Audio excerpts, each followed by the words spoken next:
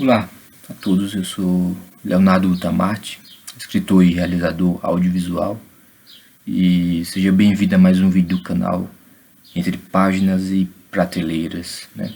Um canal destinado a resenhas, críticas sobre livros, sobre literatura, sobre livros de vários gêneros, né? No qual eu me interesso. Não há muito critério na escolha das obras, na verdade. Então, hoje irei falar sobre um livro muito importante para a literatura brasileira e mundial como um todo. Não é literatura, é um livro, não é ficção, é um livro não ficção, enfim, é o que dá para dizer. Que é o livro Pedagogia do Oprimido, do Paulo Freire.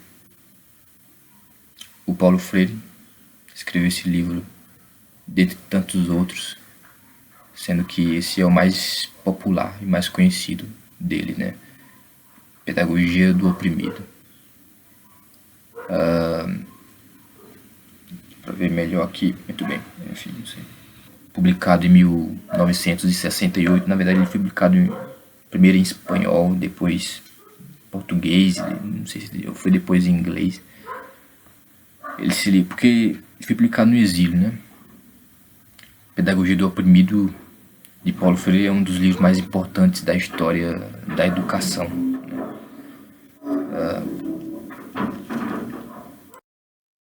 E possivelmente o livro mais influente da pedagogia latino-americana, traduzido para dezenas de idiomas e estudado em universidades do mundo inteiro. O livro não é apenas um manual de ensino, mas é um manifesto político e existencial sobre a libertação humana por meio da educação. Mas antes de adentrar no livro, de fato, eu queria deixar uma recomendação, que é a do meu livro O Menino que Tinha Medo das Mudanças, que aqui é um romance, é uma história fictícia, baseada em acontecimentos autobiográficos, mas é o livro que eu escrevi e lancei nesse ano. É uma autopublicação através do Kino Direct Publish, e estou recomendando aqui, né? Gostaria que vocês, se possível, adquirissem. Tem um link aqui abaixo nos comentários que dá acesso diretamente à página da Amazon, e também você pode encontrar o mesmo link na descrição do vídeo. Tem acesso lá ao meu blog, né? E ao meu site oficial, e também pode adquirir o livro, né, por lá, através do link da Amazon, enfim. É fácil de encontrar. É um livro, é um romance, uma história. Tem 250 páginas. Enfim, vocês vão achar interessante, eu espero, né? E se puder comentar, né? Mesmo que seja criticando, mesmo que seja fazendo uma resenha ou criticando, eu adoraria poder ouvir. Mas enfim, voltando ao livro do Paulo Freire, Pedagogia do Oprimido, o livro mais popular dele, escrito no exílio durante a ditadura militar brasileira, né? Paulo Freire parte da própria experiência com trabalhadores e camponeses para propor uma pedagogia voltada à conscientização e à autonomia, uma educação libertadora em oposição ao que ele chamava de educação bancária, que é aquela em que só deposita, né, conteúdos nos alunos e reproduz a dominação, né? Então essa era a crítica do Paulo. Então Paulo Freire ele nasceu em 1922 em Recife e viveu intensamente as desigualdades do Brasil. Ele também atuou em programas de alfabetização popular, né? Onde desenvolveu o seu método educativo, que irei comentar adiante, baseado no diálogo e na consciência crítica. Durante os anos de 1960, o país vivia grandes tensões, políticas. Tinha os avanços das ligas, na verdade, das ligas camponesas. Tinha a efervescência das reformas de base. E logo depois a repressão da ditadura, em 68. É nesse contexto que Paulo Freire é exilado e escreve Pedagogia do Oprimido. Um livro que ultrapassa a teoria educacional para se tornar uma proposta filosófica e ética de transformação social. Paulo Freire afirma que toda educação é um ato político e que ensinar nunca é neutro. Ou serve à libertação, o ato de ensinar, ou serve à dominação. Então, no livro A Pedagogia do Oprimido, Paulo Freire ele analisa a relação entre os opressores e os oprimidos, mostrando como o sistema social e educacional mantém os pobres, os trabalhadores e os marginalizados em uma posição de subordinação. A educação bancária, segundo ele, é aquela em que o professor deposita o saber no aluno, como se o estudante fosse uma conta vazia, como se não tivesse nada no cérebro dele. Uma conta vazia para ser preenchida, simplesmente. Em contraponto à educação libertadora que ele propõe, na verdade tem a ver com o diálogo, com a escuta e o reconhecimento do saber popular. Porque mesmo criança, ele fala, que possui um saber, toda criança possui um saber a priori, antes de entrar na escola. E porque ninguém educa ninguém, ninguém se educa sozinho. Se não me engano é uma frase popular dele, assim, as pessoas se educam em comunhão, mediatizados, na verdade, pelo mundo, Então a libertação não vem de fora, mas nasce da consciência crítica dos próprios oprimidos, que precisam perceber sua condição e agir para transformá-la, de modo que o método de Paulo Freire se constitui em 5 passos, sendo eles: vivência, temas geradores, problematização, conscientização e a ação política, ou também chamada de praxis. O processo educativo não começa na sala de aula, mas na vida real da comunidade. Afinal, todo mundo tem conhecimento a priori. O educador se insere no território, participando do cotidiano. Ele compreende a linguagem, os valores e as dores daquele povo. Essa imersão afetiva é o ponto de partida. O professor não é um estrangeiro que ensina de fora, alguém que vive em outra realidade social e vai ali, para poder dizer o que é o mundo para quem vive em outra realidade social, Então o professor ele é alguém que compartilha o mesmo chão, dos seus alunos,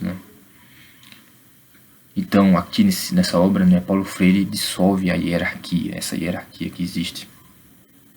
O educador também aprende, e o educando também ensina. A partir dessa vivência, emergem os temas geradores, que são as palavras ou situações que nascem da realidade da comunidade. São experiências coletivas que mobilizam a vida social. Por exemplo, né, a seca, o desemprego, a violência, um deslizamento de terras. Esses temas se tornam o ponto de partida para a reflexão e o diálogo no círculo de cultura, né, que ele chama, né, que é o espaço horizontal de troca e escuta, né, onde ocorre a educação, né, esse processo de educar e ser educado, né. O educador, então, problematiza a palavra, né, ou seja, ele coloca o tema em perspectiva crítica. Como eu falei, né, um deslizamento de terra, né, por exemplo, né, não é apenas um fenômeno natural, não pode ser apenas um fenômeno natural. É também resultado da ausência de políticas públicas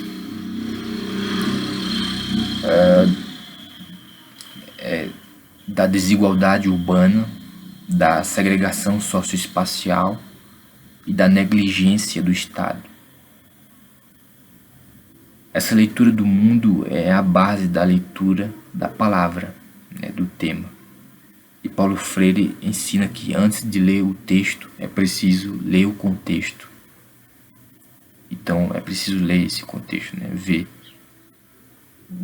onde está a causa verdadeira, né, de um certo problema, né. É do diálogo também, né, nesse ciclo de cultura, né, nesse ambiente de discussão que nasce a consciência crítica. A comunidade percebe que o problema não é apenas individual, de natureza digamos assim, ocasional, né, pelo acaso, mas é um problema coletivo e político. O deslizamento que falei, né, causado por chuvas, provavelmente não destruiu as casas que poderia haver, né, de uma comunidade de maneira sozinha, né? Não foi ao acaso. Então a consciência ingênua que aceitava o mundo como natural, né, esses acontecimentos, né, destruir uma casa como algo natural, ela dá lugar à consciência política, que agora entende o mundo como histórico e transformável, né? Essa conscientização leva à ação transformadora, ou à ação política, que Paulo Freire chamava de praxis, que é a teoria e a prática, né, no contínuo. E essa ação não é uma mera revolta. Essa ação de quem se discute, né? Não é uma mera revolta, né? É uma reflexão em movimento, né? É uma busca por uma mudança concreta dentro de um projeto coletivo, democracia participativa, sobretudo, né? De modo que os oprimidos deixam de ser objetos da história para se tornarem sujeitos da transformação, né? Para serem agentes políticos, como todos nós devemos ser, né? O livro Pedagogia do Oprimido ultrapassou os limites da educação e se tornou um pilar da filosofia política e da pedagogia social no mundo todo. Seu impacto foi decisivo em movimentos de alfabetização, nas pastorais de base, em políticas públicas e em universidades estrangeiras. Paulo Freire inspirou gerações de educadores e foi lido por líderes como Amilcar Cabral, por Nelson Mandela e até pela filósofa Angela Davis, né? Do ponto de vista teórico, a força do livro está na união entre ética, política e amor. Amor ao saber, né? como na filosofia. Paulo Freire não pensa o oprimido como vítima aqui, mas como protagonista, como agente, né? Seu método é profundamente humanista. Como percebemos até aqui, né, não se trata de ensinar conteúdos, mas de despertar consciências. Por outro lado, os críticos mais conservadores acusam o texto de ser excessivamente ideológico e utópico, de confundir educação com militância. Só que o próprio Paulo Freire, a utopia é justamente o que move o humano, né? Como tem autores que falam, né? A utopia está no horizonte, né? Para que serve? Para que a gente siga andando, né? Siga no rumo do progresso.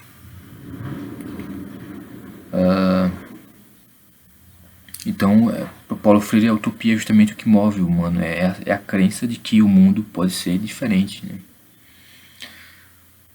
A pedagogia do oprimido continua atual, porque o Brasil ainda vive as mesmas desigualdades, né? O mesmo abismo social que inspiraram a escrita do livro, e o método que Paulo Freire propõe, nenhuma tecnologia irá conseguir substituí-lo, né? Porque é o encontro humano, né? O diálogo e a empatia com forças revolucionárias. No fim das contas, ler essa obra é compreender que ensinar é um ato de amor e, ao mesmo tempo, um ato de coragem política. Paulo Freire nos lembra que educar é libertar e que toda libertação começa pela palavra.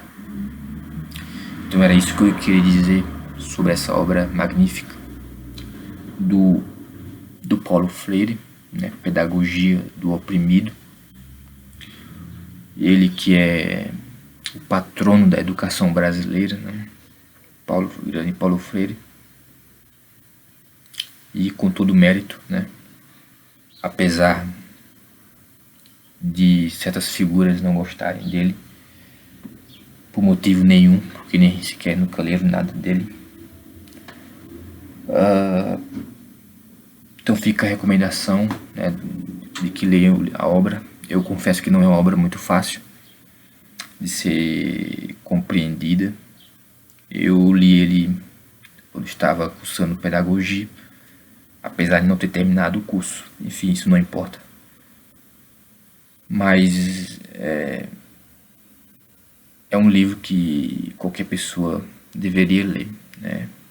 Independente de que tenha alguma formação ou não, enfim, não importa. Fica a recomendação da minha obra também, O Menino que Tinha Medo das Mudanças, que tem a ver com educação, né? Boa parte da história desse livro se passa na escola dessa criança aqui, né? Os problemas que ele enfrenta, a dificuldade que ele enfrenta com a escola, com o sistema educacional. Eu devia ter dito isso primeiro, mas não. É um livro que fala também disso. Então, como um relato, né, subjetivo, pessoal, dentro de um contexto, é claro, né, específico, né, daqui do Brasil, de uma região do Brasil, mas que também pode ser alegoria para o país inteiro, né? Então fica a recomendação, adquire esse livro, nos comentários, você encontra o link, ou então é só pesquisar o título na Amazon ou no Google, não importa, qualquer buscador. Para você que chegou até aqui, dê like no vídeo, se inscreva no canal, compartilhe esse vídeo para quem se interessa por literatura ou por quem não se interessa, enfim, que se interessa pelos livros.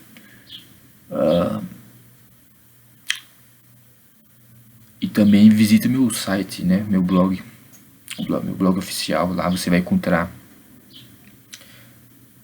filmes que eu já realizei, vai encontrar meus livros, vai encontrar artigos, críticas literárias, críticas de cinema e meu catálogo, enfim, biografia, vai encontrar tudo que eu já realizei como profissional. Você vai encontrar reunido no meu blog oficial que está aqui, que é leonardoutamarte.com.br. Então é isso. Você que ficou até aqui, chegou até aqui, o meu mais profundo agradecimento, porque realmente Paulo Freire merece ser comentado, ser ouvido, ser discutido, e fazer essa resenha sobre o livro dele foi desafiador, é desafiador. Eu só comentei, né? Só fiz um comentário, né? Que sou eu para fazer uma crítica sobre a obra do Paulo Freire, mas só fiz um comentário. E espero que vocês tenham gostado, como eu disse. Nos vemos na próxima semana com mais um vídeo. Agradeço novamente. Até a semana que vem.